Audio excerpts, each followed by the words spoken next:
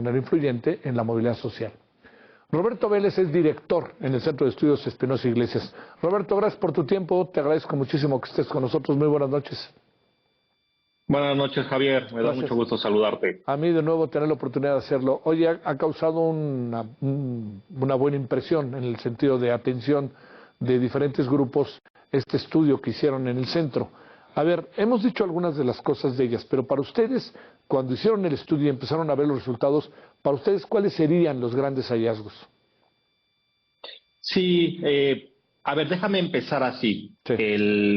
El informe no es la primera vez que lo hacemos. ¿Sí? De hecho, esta encuesta, la encuesta de movilidad social en México, la hemos levantado desde la fundación del SEI. Tú sabes que este año cumplimos 20 años.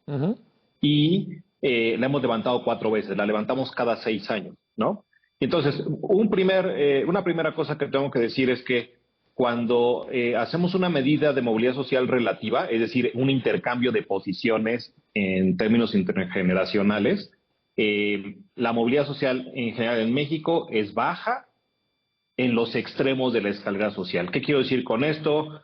Que, como decías en la introducción, si naces en una posición baja, difícilmente vas a salir de esa posición. Si naces en una posición alta, difícilmente vas a perder esa posición de privilegio, ¿no? Ahora, si nos centramos en los hallazgos principales de este informe, una cosa que hicimos para la encuesta de 2023 es que, a pesar de que la encuesta no está diseñada para recuperar el dato de ingreso, lo que hicimos fue lo que se conoce como una imputación de la información de ingreso y la trajimos de la Encuesta Nacional de Ingreso Gasto de los Hogares a nuestra encuesta. ¿Qué nos permite eso? Pues justamente una cosa que ya mencionaste, que es poder ver qué es lo que pasa con la población que nació y creció en el 20% de menores recursos económicos. ¿Qué pasó con ella en términos de pobreza por ingresos? ¿Sí? Muy importante decir esto, es pobreza por ingresos. Y como tú ya lo dijiste, esta persistencia intergeneracional de la pobreza de este 20% de la población alcanza 7 de cada 10, en particular 73 de cada 100, ¿no? Entonces, ¿esto en qué contexto se da? Se da en un contexto donde entre 2017 y 2023, de acuerdo con la estimación que hicimos, la pobreza por ingresos se redujo de 48 a 41%, ¿no? Sí. También la persistencia intergeneracional de la pobreza se redujo. Estaba en 79% de acuerdo con nuestro cálculo para 2017 y ahora está en el, ya que te mencioné, el 73%. ¿Qué significa eso? ¿Es una buena noticia? Pues es una buena noticia en el sentido de que hay una reducción en la persistencia intergeneracional de la pobreza, pero yo te diría que pues no podemos calificar de buena noticia algo de ese nivel de persistencia. Estamos hablando de prácticamente 3 de cada 4 personas que, dada su condición de origen en pobreza, a día de hoy se mantienen en condición de pobreza por ingresos, ¿no? Entonces eso te habla de un problema serio de persistencia del ciclo intergeneracional de la pobreza. Entonces ese es un resultado clave. Sí. Y si quieres ahora hablamos de las implicaciones de política pública. Sí. Pero el otro resultado que tenemos ahí, tú mencionabas en tu introducción esta problemática en la educación. ¿Y por qué nos vamos al tema de educación? Porque la educación tradicionalmente se ha entendido como el principal motor de movilidad social, ¿no?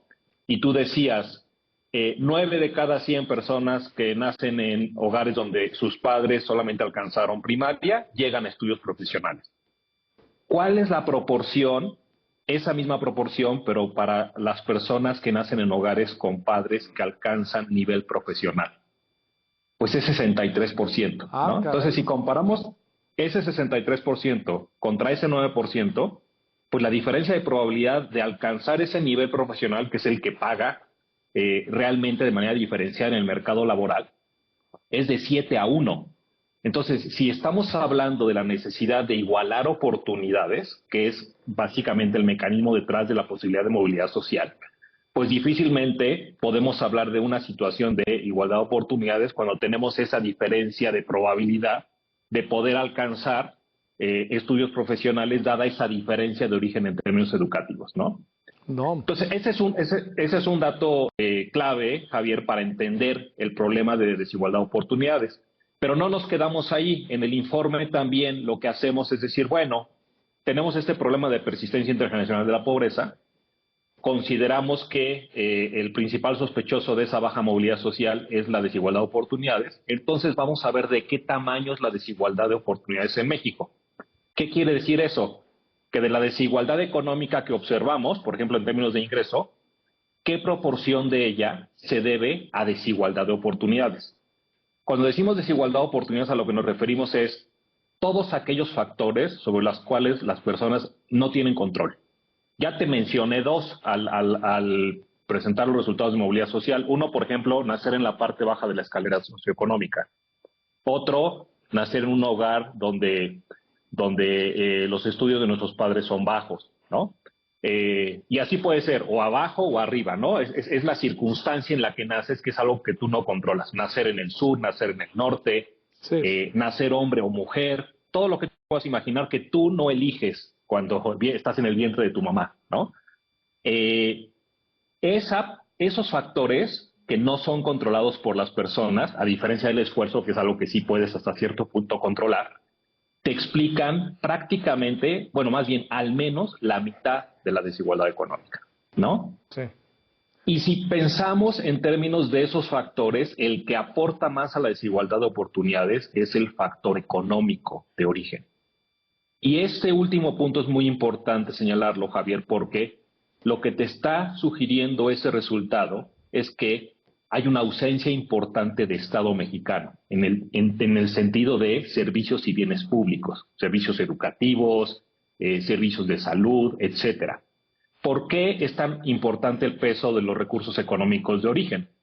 Porque al haber esa ausencia, entonces las personas o los hogares resuelven o no pueden resolver sus problemáticas de decisiones de inversión como lo son la educación, la salud, etcétera, ¿no? Entonces vamos a pensar que tenemos a nuestros hijos y que queremos que tengan un mejor nivel educativo, pero que en la zona en la que vivimos no hay una buena escuela pública. ¿Vamos a pagar la privada? ¿Tenemos el recurso para hacerlo? Claro. ¿O vamos a migrar a un lugar, o sea, si estamos en el sur de México, vamos a migrar a la Ciudad de México para tener acceso a una mejor educación pública para nuestros hijos? Todo eso implica costos, ¿no?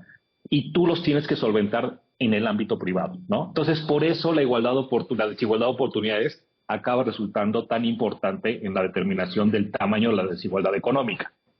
Ahora, hay gente que te puede decir, bueno, ¿y eso qué tanto es, no? O sea, ¿qué tanto es o qué tan normal es que la mitad de la desigualdad económica esté explicada por la desigualdad de oportunidades?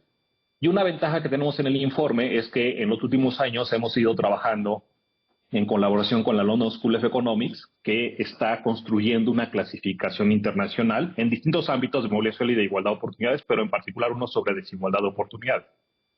Y tenemos una clasificación de 50 países. Bueno, México, con este dato que te estoy mencionando del tamaño de desigualdad de oportunidades, se encuentra entre los 10 países de esa clasificación que tiene una mayor desigualdad de oportunidades, ¿no?